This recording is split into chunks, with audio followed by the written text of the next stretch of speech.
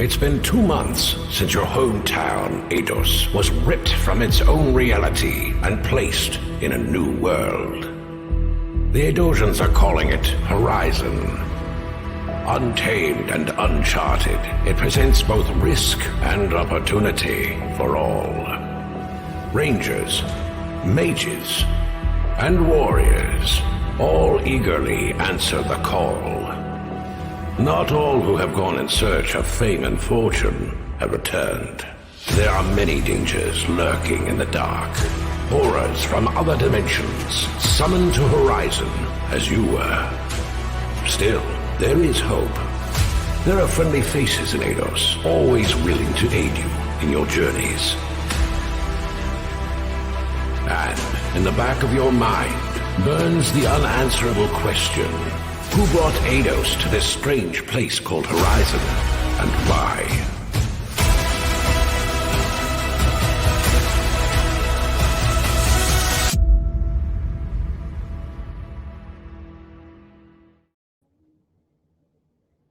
Still get the chills when I watch that trailer. Welcome everyone to the second town hall for Dragon's Crossing. Really thrilled that you could join us today. As a reminder, my name is Granite, part of the core team, and thrilled to be able to be your moderator here today. Before we jump in, I want to remind everyone to retweet, follow on Twitter, and subscribe on YouTube as well. You know, again, please make sure you join the Discord. We've got the link in our tweets and on our Twitter as well, if you want to stay up to date on everything about Dragon's Crossing. So again, really excited to have you all here today. We've got a lot of great content that we're going to share with you. Excited for those of you who decided to tune in live. Before we bring folks into the town hall and I introduce who will be joining us this week, I want to go ahead and announce the winners of our whitelist giveaway for having 1,000 followers. And these are the folks who liked and retweeted that tweet there. So congratulations to Jared Albright 10 and Thumb Wizards. As a reminder from as before, we will be DMing you on Twitter. You'll have 48 hours to get back to us, or else it will be withdrawn. Anyone who's already won a whitelist to this point and hasn't claimed it, please go to our Discord, go to the FAQ channel, and you'll see instructions there on how to utilize our bot to add yourself to the whitelist. So with that, again, we have some really great content here today. Really excited to introduce our guests, which will really include the broader Dragon's Crossing team here. So we've got Bloater Punch, Sandwich Punch, Baby Punch, and myself will be hopping on here. So to introduce Bloater Punch, for those of you who didn't tune in last time, you know, again, he is the founder and the brains behind the operation here. Really excited to have Bloater Punch join us. So let's welcome Bloater Punch here. And with that, we're also going to welcome our other guest, one of the other punches here who many of you know, Sandwich Punch. So, you know, Sandwich Punch, I got to tell you, you know, he's a close personal friend I've known for a long time. And he is one of the smartest people that I know, genuinely. He is a great add to the team, one of the founding members, handles a lot of things, kind of our whitelist or our white paper guru and our tokenomics guru as well. So thrilled to be able to pick his brain here tonight. And then we also have Baby Punch, again, who I've also known for a really long time here. He is a great addition to the team, really has just done so much work for the project over the last year, getting a lot of things done. You know, if there's something that needs to get done and no one really knows how or what to do, he's right there and he's willing to raise his hand and just jump right in. So thrilled to be able to welcome Bloater Punch, Sandwich Punch, and Baby Punch to the stream. Hey, guys. What's up, Hey, guys? everybody. Good to be here. Awesome. Thrilled to have you guys. So to level set for those who are watching, you know, this will be more of a roundtable discussion where we've got some questions teed up and just have more of a discussion. After that kind of roundtable discussion, we'll also have some Q&A from the community, and we may sprinkle in some alpha here in the middle.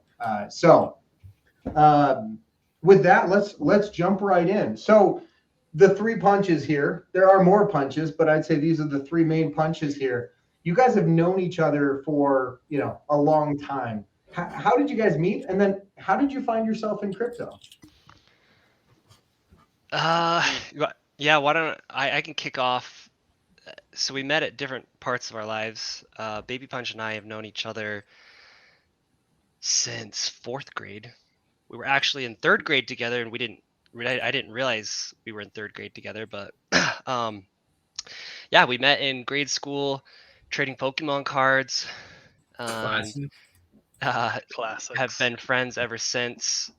And then Bloater Punch, we met in college, and I guess I won't really date myself by saying how long that's been, but undergraduate, we all met each other and have been closely, in close communication ever since. Awesome. And who was the first one of you guys to dip their toes in the crypto waters? How did that start?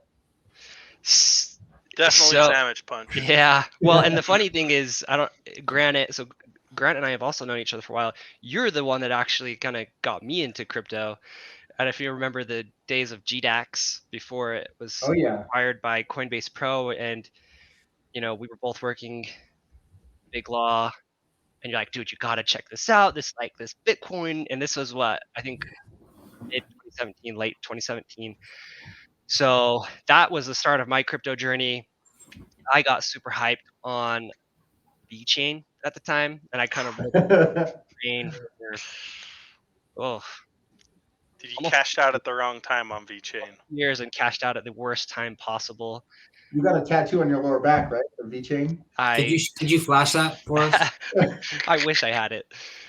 And then so then I don't know. I'll let Baby Punch and Bloater Punch kind of talk about when they each got into it. Yeah, mine was significantly after you. It was more in the ballpark pre-Safe Moon. So when was that? That was like 2020, I think, ish, maybe a little bit before then. But I remember Safe Moon was the first wave we caught in the crypto space that was just seemed to be a pump and dump, didn't have any utility, and was not a good first entry into the crypto space. But so we've been involved in for a couple years now. We're definitely not seasoned vets back in 2013. Like I said, Sandwich and Granite have been in a little bit longer, but it's been 2 solid years of learning and educating, and more than just investing. It's been neck deep into the crypto space for the last couple years. Awesome. Bloater, I know you covered it last time, but why don't you give us a recap? Yeah, just high level. I actually tried to get in on Safe Moon, and my bank declined the Chase transaction. Chase wouldn't let me, and I missed out on a big Safe Moon win. Although I probably would have held it and then lost money, but in my head, I would have made a lot of money. And then my entry was DFK through Sandwich Punch. Awesome. Yeah, there were definitely a few years there where I regretted introducing Sandwich Punch to crypto. But now here we are, and things have really turned around. So again, Bloater, you kind of covered this before, and I'd love to pick your brain, Sandwich and Baby Punch, kind of what your reaction was when Bloater Punch said, "Hey, look, I've got this really cool game idea." So Bloater Punch, just recap real quick. How did you come up with the idea? What did that look like? And then Sandwich and Baby, let's ask kind of, what was your reaction? Yeah, I guess we were just engaging in a lot of terrible projects, some good like DFK, but a lot of bad ones. And so, I felt like we're a bunch of smart people and we could do better. Plus, I felt like at the table stakes do we have good intentions and are we competent and we're not looking to steal from people? So it's like, hey, we already have this big competitive advantage. We're like normal, honest people. And then on top of that, hey, we could put together a really cool game. And I felt like there were games were lacking. And I played these RPGs growing up and I thought, hey, this would be awesome. This is like our chance. So just, again, one sleepless night in February 28th, had the idea, pitched it the next day, and here we are. That's awesome. That's great. Well, all right, Sandwich and Baby Punch. So he says, I've got this idea. What's your reaction? You want me to go first? Go ahead. Yeah, you go first. So my reaction was, no, I don't want any part of this. I don't want to attach my name. I don't want a rug. There's just too much risk from a I'm an attorney. It took Bloater Punch a while. I was just like, no. And then we were up. I think I was playing video games one night. He gets on Discord. It was like 1 a.m. He's like, dude, can you just talk for just a second? I literally woke up. I'm like sweating because I'm just like, I feel like I have this idea. And I was like, okay, fine. Like, let's talk about it. And I pushed back for a long time. And even after we got started, I had put up like money to get stuff going, and I was like, you know what? I don't even care. Like, let's just walk away from this. Let's just pull out. And I'm so glad we didn't. I'm so glad we pushed through it. I'm so glad Bloater Punch kept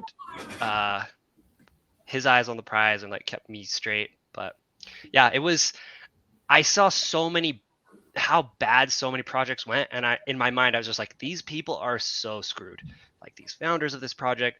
And I was like, I just don't want to associate myself with that. So that's kind of how it started for me, at least. Awesome. Yeah, I definitely had to convince Sandwich Punch to keep stepping forward in this, and it was a process, but Bloater Punch had a great idea. And the thing that really attracted us was, we could create a game and actually execute on it. We didn't have these huge lofty goals and ambitions. That's not to say this project is an ambitious project. It is definitely an ambitious project, and to be frank, it was more than what we thought it was going to be. But we have the team. We have brought on such good team members that I knew this project was going to execute. It was going to take off. So, oftentimes I feel like I'm the smallest brain in the room, and that's a good thing because you never want to be the biggest brain in the room. So it's really nice to see the quality of teammates we've got. The project or the plan that Bloater Punch presented, it was, self-evident and self-speaking.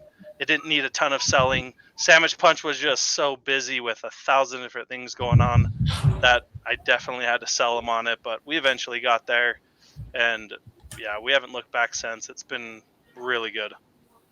Awesome. Well, appreciate you guys sharing that. I mean, and I'm certainly glad that I stuck it out in the early days there. Got another question there, but there was a question that popped up here. Quick interjection. Who would you say is the best gamer on the team? So, Best I think it gamer? depends on the game. I think it depends on the game. know. If we're talking Ambiguous. MOBAs, I think Granite's definitely contending for the lead there. I'm Just been a definitely the few hours. worst. If it comes I to know, what's Dota 2, interesting, it's though- definitely Granite.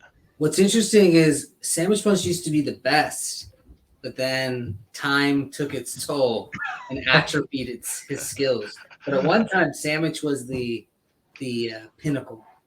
Yeah. He drew it. Easily Some leading great the little game. Law school happened. When we throw down some old school Warcraft 3 every now and again, Sandwich Punch definitely holds his own. That's for sure. That's right. Awesome. Well, hey, all right. So you guys talked for a second about, it sounds like, there's been some ups and downs, right, over the last year and over the development process. And they say it's especially hard to work with people who are your friends. How have you made this work? Bloater, from your perspective, how have you made that work working with friends? Has that come with any challenges? Yeah, it comes to challenges, and we, our project hasn't been exempt from challenges, but I just think at the end of the day, you get good people in a room and they're smart and they're kind of fixed on the same goal, and things happen. But no, I think I agree with you. It's not without challenges and lots of curveballs and problems and macro stuff. But at the end of the day, it's like, do you like the product? Do we have a good product? Do we have the right people? And I think that's our advantage is we've got a good dynamic going. Got it. Yeah, and Sandwich, I know it sounded like you're one who, I think of the four of us, you kind of were the glue that connected each of us. In fact, from your perspective, how has that been working with different people, different friends? How have you managed that dynamic? Uh, yeah, I mean, it definitely has its difficulties from time to time. You know, people view things differently. People, we're all, I feel like, very outspoken people. We all have strong opinions about things. We are passionate about things, and so there's definitely like a healthy dose of balancing and give and take, and wouldn't call it compromise, but just like we're all passionate gamers. We've all been gaming since we were single digit age, and so that carries through like as we've been working on the game and discussing various things. And when we had like our first, well, I don't know what you want to call it, our meeting where we all met in person, and it was like Silicon Valley mapping everything out on the whiteboard. And I just remember there were moments where it was like, all right, we need to take a little break here. And but it's I can't imagine doing it another way. It's been awesome. I love it. I feel like it's also helped us to be, I don't know, I feel like it's helped us to do things that we probably otherwise couldn't have, just because we can really just kind of like lean in on that brotherhood and just like knock stuff out.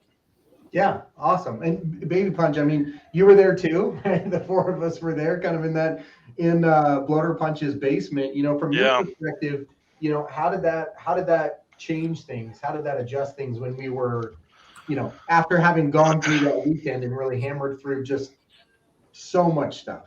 So yeah, I mean, just as Sandwich Punch said, we're all very extroverts and strongly opinionated. We've got 4 chefs trying to work in the same kitchen, and obviously you're going to bump and rub shoulders and elbows and spill some things, but ultimately we were able to not, as Sandwich Punch said, not compromise, but you have to have one direction, and it might not be your direction, but you come together as a group and you figure out what is the best direction for the project and how you want to the details and how mechanics you want to work.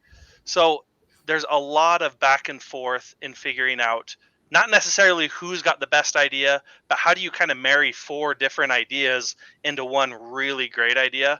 And I felt like we did that over and over and over again.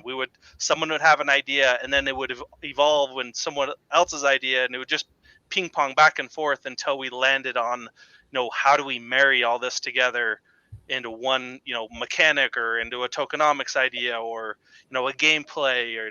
And so it was a lot of, you can't just be stubborn. I know I'm right because I like this, but it's, it can't be that.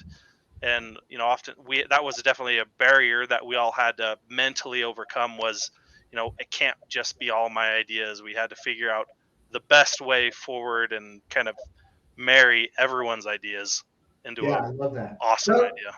Sounds like there's been a lot of learning over the last year, and a lot of growth sort of as we're going through that development cycle. So I know I've definitely witnessed a lot of that, and I think some of the best ideas I've seen come out during our discussions have been sort of a one-off. I got to give credit to Bloater Punch here. Obviously, the brains behind it all to begin with, but there are definitely moments where Bloater Punch will pause and say, "Crazy idea here, guys. I've got this crazy idea," and then it turns out that is exactly what we needed, and turns out the direction we ended up heading for. So, on that note, right, a lot of decisions still need to be made. It sounds like a lot of the development decisions have been made. Sounds like a lot of decisions have been made, maybe haven't been publicized just yet. I know one of the questions I saw recently, in sort of the town hall questions chat was, you've mentioned multiple chains earlier this week. Can you share some of the understanding that, while the exact chain, the announcement will be forthcoming, I think folks are interested in what are some of the factors that you've looked at in selecting the chain? Yeah. So as you mentioned, multiple chains. I mentioned on Grady's stream, to me, the wrong chain would break the project, all things remaining equal. So we have to be really careful and thoughtful about the right place to end up. Some of the biggest concerns I have, or the biggest focuses, are how many active users, how much money is going through, are there other active exciting projects, is it a place where gaming is prominent, is it easy to interact, are gas fees low? And as you can tell, there's a lot of moving pieces and parts when selecting a chain. There's more considerations even than those I just mentioned. And so it's just such an important decision. It's one we've talked about many times. We're continuing to talk about. I think we're zeroing in on a decision, but it's not something we want to rush because I think, again, all things remaining equal, it could make or break the project. And so we want to make sure we all feel confident with the decision before we move forward. Awesome. And I know that we've kind of honed in a much narrower scope, and we're down to some finalists here. You know, Baby Punch, I know you and I partnered, and you've done the lion's share of the work looking at a lot of these different, I mean, there's so many chains out there, a lot of different chains. You know, what are some of the factors that you looked at when you were looking through the numbers of, hey, here, how do we even narrow the pool to a small selection where we look closer at the factors that Bloater Punch was talking about? One factor is we want to pick a chain that is really focused and honed in on kind of the gaming side of the industry. And so, and the reason being is you kind of go back to the car dealership model where you go looking for a car and there's usually car dealerships, they all kind of clump together because when one person is looking for a car, they know where to go. They don't have to drive around town. So, you know, when we're looking for, all right, where are our users, where are our players, you need to look at what chains have the gamers. So, and you kind of weigh in, you know, do you want to be a big fish in a little pond? Do you want to be a little fish in a big pond and, you know, risk not getting eyes? So there's a lot of give and take and a lot of push and pull, and you just got to weigh out a lot of these options. But really, we wanted to make sure that we didn't make a choice too soon. In the middle of the bear market, things move around. Some chains fall off, some chains move up, some chains really outshine as this is a lasting project, this is a lasting layer 2. And so we wanted to kind of see how the market was going to pan out in the midst of a bear market. Who was there going to be a clear winner of, yeah, these guys are heading somewhere. So those are a lot of factors that we've taken into consideration and are still taken into consideration. But like you guys have all said, we're really honing in on just a few options, and I think we're getting real close. Okay. Well, there's a question in the chat here from Ophisto. If you could pop that up for us. So realistically, doesn't it take more than 2 months to actually get the code onto the selected chain and have it all audited and ready to go? So the answer is to deploy smart contracts is relatively easy, assuming you've vetted your Solidity, but all the Solidity is already written. So it's a matter of just putting it on mainnet. Well, first testnet and then mainnet. So no, we're not starting from scratch. Maybe that's not what you were asking, but we're not starting from scratch. We have all of our contracts written. We're in a testing phase. The only real next step, and again, keep in mind, we wrote it on Solidity, so all EVM chains are really up for grabs. And we're testing on various chains, and we deployed to a chain recently on their testnet, and it was working, pretty easily. There wasn't that much technical work required to get us running on that testnet. As far as audits go, that's something we're looking into. Obviously, we want to be audited. We want to add that legitimacy. So I don't have a great answer for you there, but it's a priority that we want to make sure we get done before launch. But in terms of the writing of the contracts and deploying them, I'm not concerned about that. Yeah, if I could just add one thing there too. So if it wasn't clear what Bloater was just saying, as part of our testing, we recently migrated our contracts from one testnet to another, and it was a relatively simple process. And then in terms of, oh geez, I just lost my train of thought. Audit? Yes, in terms of audit. So I think something we have to keep in mind that we've highlighted before is that we have less touch points than a game where every single action you do is a transaction that you're approving. So there's a healthy mix of blockchain touch points and then just, back end, logic. And so it's not I guess what I'm trying to say is the contracts are not these massive giant contracts that you would expect from a game where every single interaction is with the blockchain. Yeah. Yeah, and just as an anecdote, I saw Chat GPT-4 was someone had it auditing their Solidity contract. So, that's not the route. We wouldn't just rely on that, of course, but just to give you a sense of the length, like these are not lengthy contracts necessarily. Awesome. Okay. Anything else that anyone else wants to add on the chain here? Otherwise, there's another point I wanted to move on to here in a second. Okay. All right. So, Bloater, last week you shared some alpha and sort of became a little bit of a meme in Discord and otherwise of basically the it could be summed up as just don't die. Dying is really bad. And I think some people had some questions, right? And I guess the question is this, how can a player avoid dying and losing all of their items, right? Sounds like there's some stiff penalties if you die. How does one go about avoiding that other than just, get good, right? So the game provides lots of choices. I've talked about this before. So which skills to use, when to use them, which items to use, when should you heal, when you level up, which stats do you level up, how aggressively do you go to the harder zone with harder monsters and better loot and increase your risks. Lots of choices around there.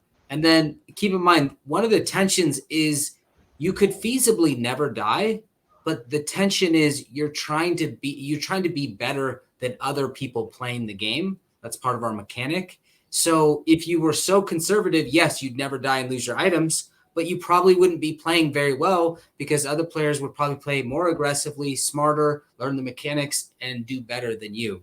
So you're balancing the tension of if I'm not aggressive enough, then I'll fall behind. And if I'm too aggressive, I'll die and fall behind. Okay. So you're on that tightrope. Got it. Okay. That makes sense. Is there,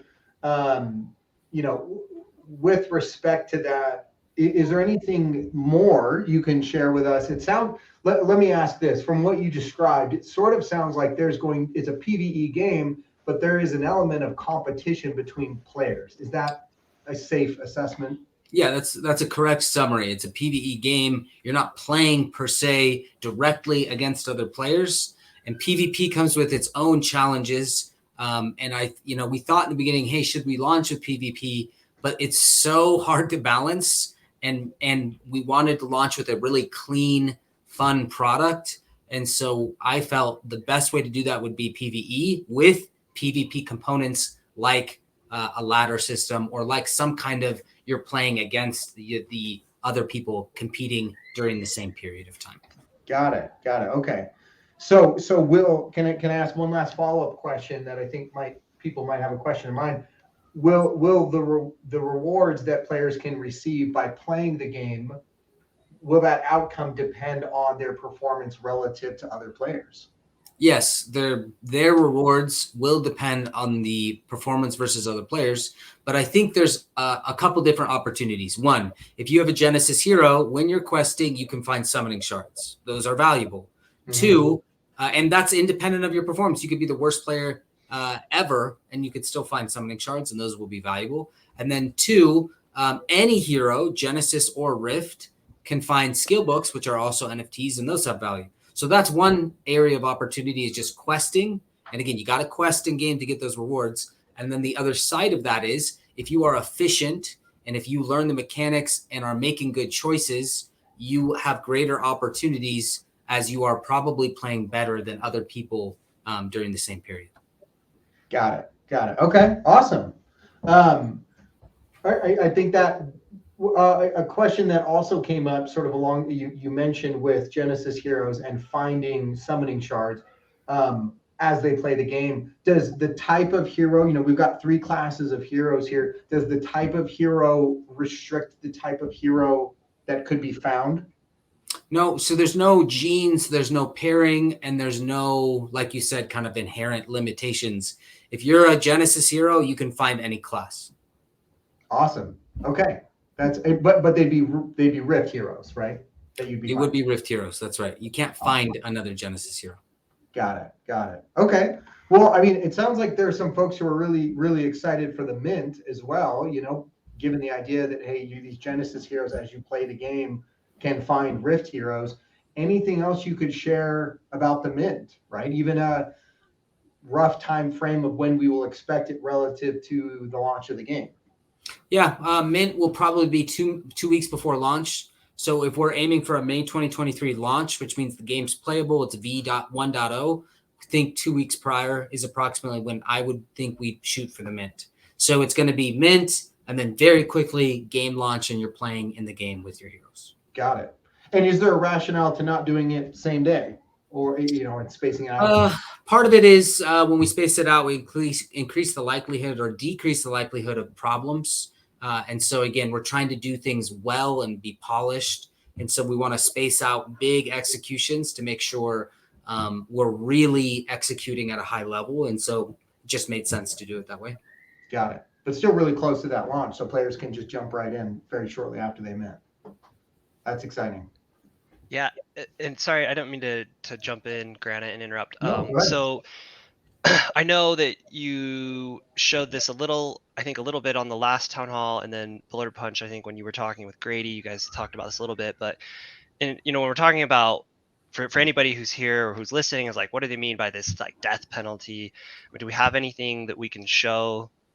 Yes. In terms of like yes. what that's.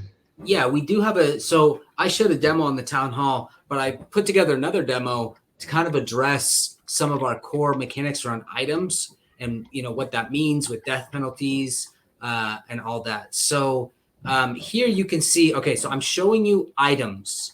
None of these are blockchain items, okay? So I've quested, I found these items. These are not on chain yet, okay? So that was our inventory. So if I go into town and I camp, and remember, when you camp, you lose your quests for the day. So it's kind of like a decision you have to make whether you want to camp. So here we're going to camp and we have to sign some transactions. We're going to sign a transaction for every item we want to move to the chain. And I'll remind players again, not every item is even possible to be an NFT. Okay, so we camped, we moved them to the chain. Now they're on chain. They can never be taken from us. So if I go back to my inventory, they're gone. They're not in my inventory anymore. But if I look at my wallet, they're there. Okay. And that wallet button corresponds to my MetaMask wallet. Okay. So those items that were in my inventory were moved to my wallet. And thus I've safeguarded my precious NFTs. So if I die, those NFTs are fine. They're safe. If I hadn't done that and I quested and died, I would have lost those. So think of camping as like a save point for your soon to be NFT items. And you have to make that decision of, should I camp now or keep questing to maximize my returns and opportunities, but risk potentially losing my soon-to-be NFT items? Got it. Perfect. Okay, so there's a way that you can basically play. It's not just, hey, you play and then you die and that's it. You strategically can. I mean, this really comes down to a game of skill, right? Choosing when you are going to cut your losses and when you're going to press forward. That's right. And a small side note on that demo, I was on the AVAX testnet. We're just dinking around. We're doing a lot of different testnets. That's not to say we decided on AVAX. I mentioned on Grady's screen that was one we were considering. But to the question that came up from Aphistis or whatever his name was, sorry, I can't remember. The point is we're just trying to make sure we have fluidity when we deploy contracts and how easy or hard is it. And that's kind of why we know it's not that hard, is because we picked a random testnet and deployed to it, and it made sense. Got it. Okay. No, that makes sense. Yeah, a great question here from Gatrano. How many quests does camping consume? Oh, this is a good question. This is something, a mechanic I want to clarify. So when you camp, you're done for the day. That's it. But every hero is like its own save file and has its own quests. So if I have 3 heroes and I camp with one, I'm done with that hero. But I have 2 other heroes I can quest with that are on their own journeys, that are doing their own things. So quests are related to the hero only, not at the wallet level. Got it. Okay. So basically camping wipes your quest for the day for that hero and locks it in, pushes it to the chain, all your other heroes can then continue to quest. I think I'd seen a question in the town hall chat as well about that. So That's right. perfect. Okay. We covered the mint, we covered some of the gameplay here. With respect to, and then we talked about the timing of the mint. What else is there anything you can show me about, hey, what are my options going to be come mint time? Is it just, hey, one mint button, or is it going to be more than that? So there's 2 mint options. I think we have a graphic for this. So there's 2 mint options, okay? You have a regular mint and a boosted mint. And so the boosted mint would be slightly higher in price than the regular mint, whatever that price ends up being. So the regular mint, what it gives you is, amazing art. It's a limited Genesis hero. You get to play the game day one, a finished game, 1.0. And you can use that hero to find Rift heroes, which we've talked about. The boost on top of that lets you select class, gender, and increases hero rarity. So minting gives you a better chance at to be a higher rarity. And you can say, I want to be a warrior, a female warrior. Okay, cool. And I don't think we had it here. Remind me though, do we want to talk about that other special benefit of boosting here? Can someone correct me? Do we want to talk let's alpha drop it another time. Okay, there's another hidden boosted, which we will reveal later, but there's another boosted benefit, which we will list here, but isn't here now. We'll drop it later. But that's the dichotomy right now. That's the split. Fantastic. Now, I know a question that some folks had asked, and just to clarify it here, this says only 2,800 Genesis heroes ever, but the mint is only 2,500. Can you clarify, those 2 numbers for me? Yes. So one is everyone on the team. So every person who's contributed, there's about 10 or 11 people on the team. They'll all get a Genesis hero, although they will not be allowed to participate in play because, as we've mentioned already on this discussion, play implies competition, and we don't want to allow team members to compete because they would have an unfair advantage. But they will get a Genesis hero. And then we will also reserve Genesis heroes for our sages, who are people who believed in the project early on and helped fund the project. And then we will also hold, let's say, approximately 2 to 250 Genesis heroes, but those will be completely dedicated to the community, meaning we will distribute them via airdrops, via prizes, via community, all those ways. They will not go to anyone on the team. They will be for the community. Got it. Okay. So 2,800 though, that is the max. That's a hard cap. There will never be Genesis heroes after that. Got it. Fantastic. Awesome. Well, thanks for sharing those details. I think I'm certainly excited to see how people react to that info on the mint. I think we've, in the interest of time here, I want to move on real quick, and I want to introduce another member of the team who has been dutifully working behind the scenes here, popping up these graphics, putting together this production value. This is everyone meet the Brown Gent. I think many of you already know him. We identified a gap of our skill set on the team and said, hey, we really need a marketing guru here. So the Brown Gent, he not only is a real life marketing director, but knows the crypto space in and out and has been a phenomenal addition to the team. I mean, we couldn't have done half the stuff that he's already pulled off in just a week and a half, 2 weeks since we've announced. So with that, let me welcome Brown Gent to the stream here.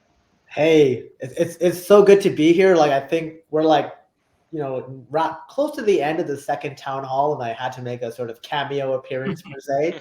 And I hope everyone who's watching this has really gotten to enjoy learning about Dragon's Crossing, not just here, but throughout Twitter, on all the other streams that you're seeing Bloater Punch and other members of the team go on. And I'll speak to I was one of the most recent members of the team. And probably the biggest challenge I've faced is you come in and everything is basically done, right? I walk in and the project is pretty much ready in front of me. And it's sort of making sure that the rollout, especially the way you communicate it, and I think Rady talked about this yesterday, you may have a game and you may have a project, but you want to make sure that you do your branding right, that you get the eyeballs looking at it in the right way, especially considering that there are tons of projects in this space. And Dragon's Crossing is going to be that differentiator, right? So that's sort of why we've done things very slow and methodical. And you're probably wondering, like, you're starting to see stuff get unveiled. You just saw some great alpha on how the hero mint's going to go. You saw how camping works. But we're sitting on a ton, and we can't do it all alone. So we figured, why not share that with many people, right? So we're going to have tons of content creators. We're going to join in on the fun, and we're going to be doing our best to not only unveil this on our social medias, but also the social media and the streams of the content creators that we truly believe in your best interests, right? So not the ones who get paid to sort of show projects, but the ones who see a project and see how valuable it is and want to bring that to the community. And then, if you tuned into Grady's live stream yesterday, you would have heard some really amazing alpha on Dragon's Crossing. And even after this live stream, some of us will be on the Mythic Squad to share even more alpha. Our goal here is to get as many eyeballs on the project, because in reality, when you're sitting on a star, you don't need to convince anyone. You just have to show them it, and they'll connect the dots, right? So speaking of which, I've said a lot in a short period of time, but many of you are wondering, I see this question all the time in the Discord. How do I get a whitelist spot? Well, those same content creators, they're going to be offering those as well through their own mechanism, through their own giveaways. So we're going to be reposting all of that. So you guys have tons of shots to get a chance at that. And I know that that wouldn't be enough, and you probably want something else today. So we have something for you. So here's a new way that you can secure a whitelist code without relying on getting lucky. Now, we've seen the Gen Chat and the Discord get a little busy since we launched it last week, but we're going to up the ante. So we're going to call this Engage and Win, and you can win. There are 7 whitelist spots up for grabs, basically. Now, have you gotten that annoying notification that you leveled up? I know I have 5 times so far. Well, now it's something you can actually look forward to. The 2 highest leveled Discord participants will straight up just win a whitelist spot. So if you're in the Discord right now, make sure you keep chatting away, right? And for those of you who don't make the cut, and maybe you're not number 1 and number 2, but you've gotten to at least level 8, you get put into a draw for 1 of 5 whitelist spots. Now, it might not be clear here because I didn't put the date on both sides, but the deadline for all of this is March 31st before midnight hits. Now, I know some of you are competitive. So, somebody mentioned today on another live stream, my real life job is a farmer marketing director, and I have sales reps who always want to know how they're performing versus their quotas. We're giving you that kind of visibility here too. If you visit the Discord and you go to the official links channel, you can check the leaderboard and see how you're stacking up against everybody else. And then we're going to have that refreshing live, like real time, for you to see how you stack up against your peers.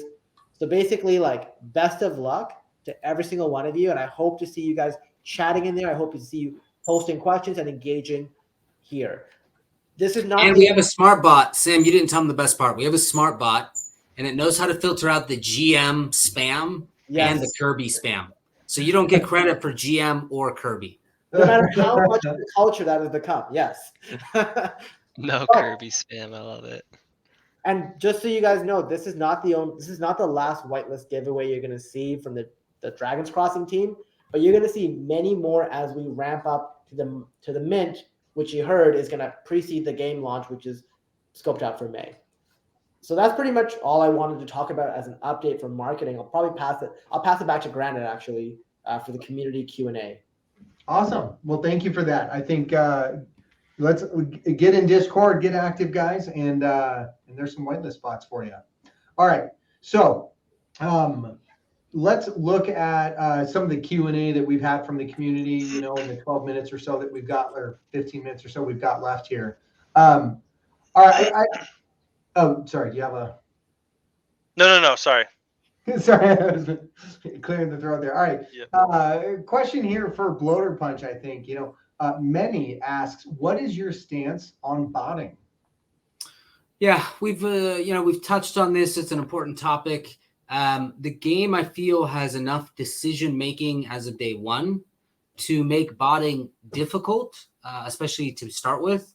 And then we're planning on continual content being added So to really make a bot make sense, you'd have to change the bot constantly to affect and to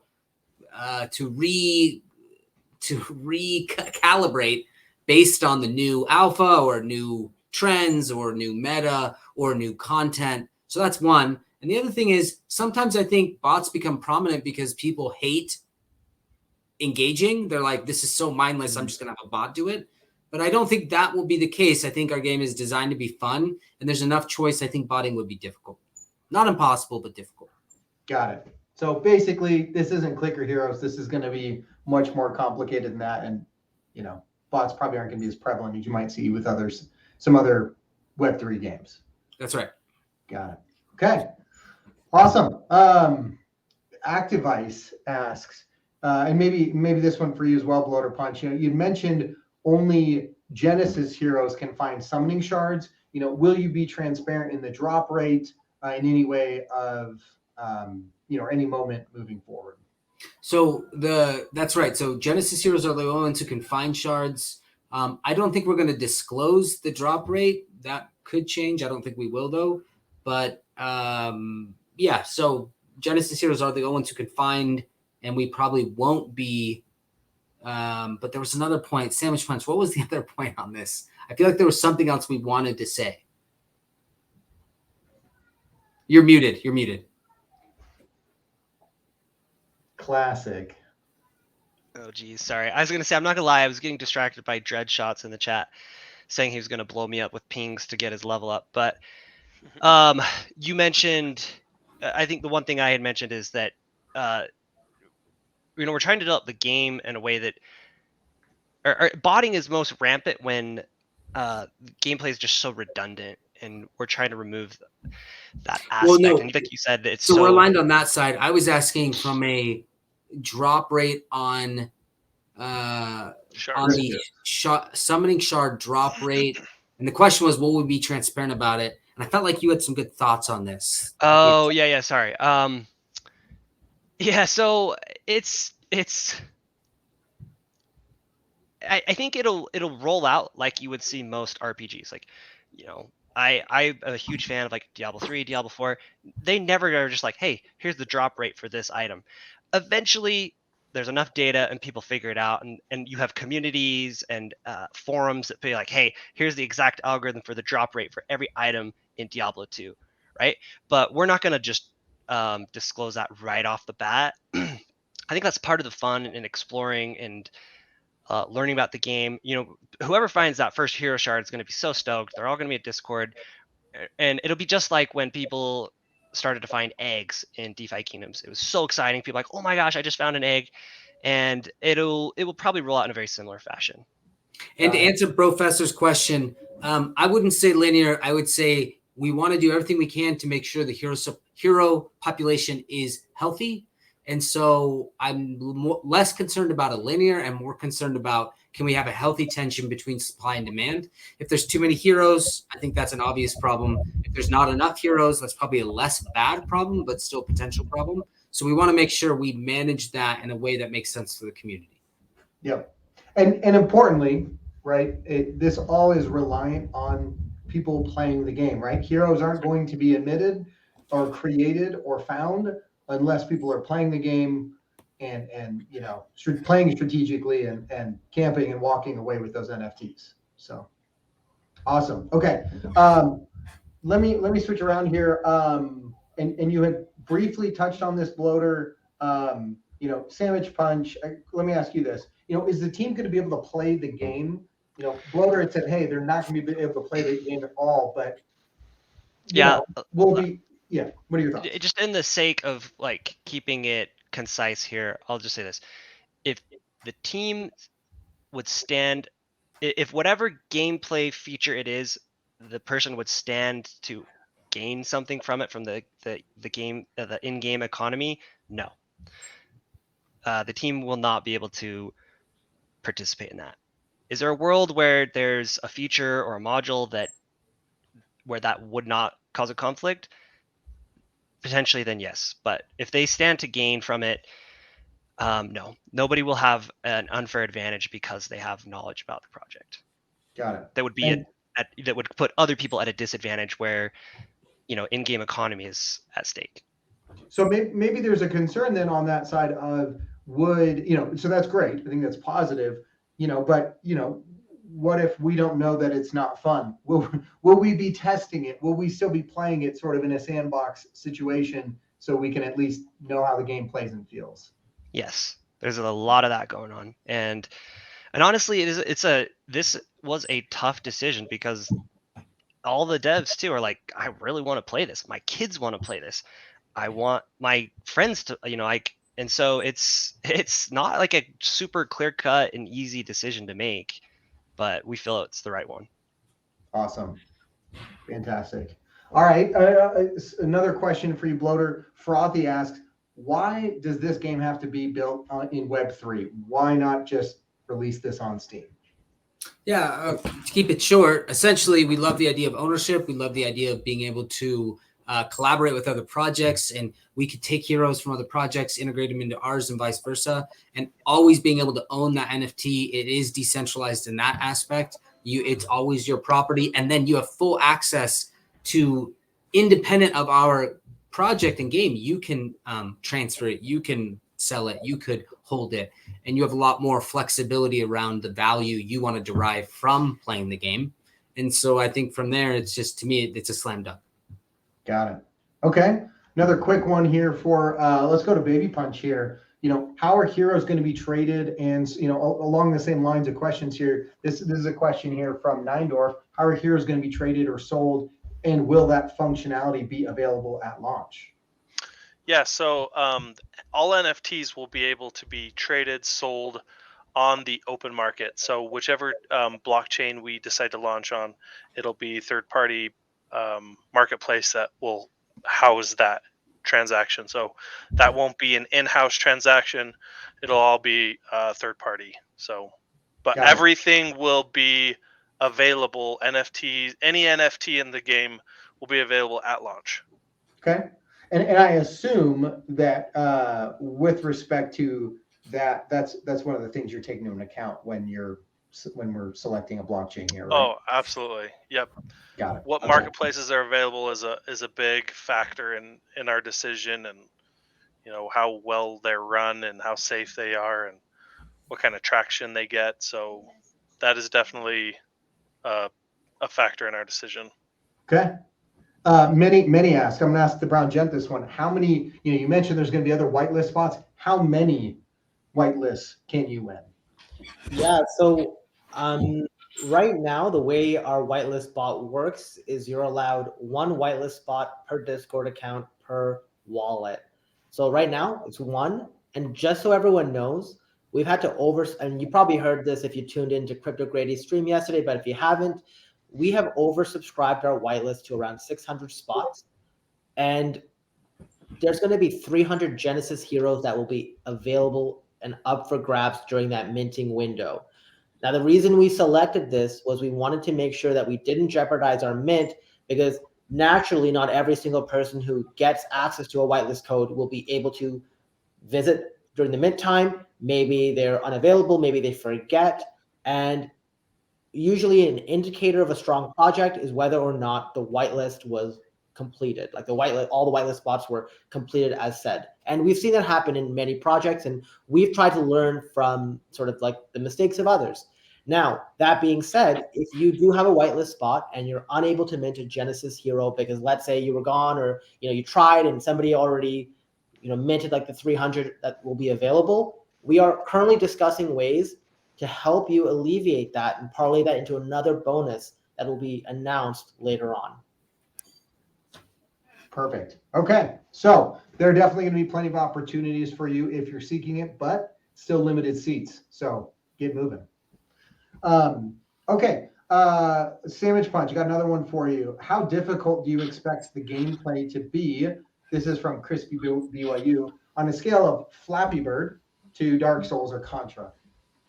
Yeah, I'll try to keep this one short as well. So, Flappy Bird's a platformer, and Dark Souls is like a completely different game, which is very difficult. But definitely not like twitchy reflex Dark Souls level difficulty, but there will be a deep and strategic. It'll be very deep and strategic in terms of how you structure your skills and your stats and how you level up and the decisions that you make. So, I mean, if I had to use that specific scale, I'd say somewhere in the middle, skewed more towards the difficult side of that. Awesome. Okay, so and that's me. Sorry to interrupt. That's me putting Dark Scales on an extremely difficult scale, right? Like I played it, hated it because it was just too difficult for me. Got it. Okay, so there's definitely penalties. It's definitely difficult, but it is not Dark Souls here. So perfect. Okay, looks like we just have a couple minutes left, and we've got a couple of questions. Well, I'll ask one more question here for Bloater Punch. This is from Maharaj. Based on what's been presented so far with respect to gameplay and summoning, is it safe to assume that this will prevent or limit hero hoarding, since you have to participate per hero? I think since we've talked about, and I think Sandwich Punch made this point as well, since we've talked about the fact that each hero has its own hero pool quests, and once you exhaust those quests, you're done for the day. I think this will probably incentivize, and I think this is a safe bet, is multiple heroes per wallets, because if you want to play multiple sessions, you need multiple heroes to do that. If not, if you have one hero, you're probably playing 10, 15 minutes a day and you're done. That's it. But I did see another comment from someone else who said, I like that because I only have, so much time. I can't be on playing 6 hours a day. And the cool part is we're saying you could be just as good and do just as well as anyone else, and you only need 10 or 15 minutes to do that. Fantastic. Okay. Well, hey, I think these have been some great questions. We didn't get a chance to get to all of the questions here, but again, we will go ahead and try to address any unanswered questions in our next town hall. And, for those of you who tuned in midway, these recordings will be up live, so you can go back through them and see those questions. So, that's a wrap on our second town hall session. I want to say thank you to everyone who tuned in, who's joining. Again, we're going to release recordings here, so please like, retweet, and share those snippets of content as you can. Wait, but can I do a one whitelist giveaway? I want to do a surprise trivia, classic Bloater, animated film trivia giveaway. Starbucks not allowed to respond because he already won a whitelist. All right, here we go. So first person to give me the name of this film. It is an animated film, okay? And I'm not going to do Aladdin, okay? So don't respond. I don't want to hear Aladdin in the chat. So the question is, or the quote is, we do not wash our pits in the pool of sacred tears. Are you seeing Aladdin in there? I'm not sure. I'm not going to lie. I've never heard that quote before. Your life is incomplete, and instead of working on the project, you should be watching this film. I will Google it after, unless someone gets it right. We do not wash our pits in the pool of sacred tears. Just type it into Google, people. It shouldn't take this long. All right, Aphisto, you got it, buddy. Congratulations. It is Kung Fu Panda. What a fantastic film, by the way. So good. What a great film. I've seen it like 1,000 times. So good. Awesome. I think Ricky got it before, but I don't know. Did Ricky? Wait, hold on. I'm looking at the chat. No, we didn't do that again, did we? Oh, no, we just rugged Ophisto. Wait, but I'm seeing Ophisto. Wait, hold on. Okay, are we using the StreamYard chat or the YouTube chat? We can audit it after. Well, we could do two whitelists. I rugged Ophisto, so we could do Ricky and Ophisto. All right, cool. I like it. Okay. That's the best part about being a project founder is you can give away 2 whitelist spots instead of 1. Fantastic. All right. Well, thanks again, everyone, for joining. I hope everyone enjoyed the alpha, the whitelist giveaways here, and excited for the impending release of Dragon's Crossing. Hope you guys stay tuned in, and we will see you again next week. So thanks for joining. Thanks, everybody.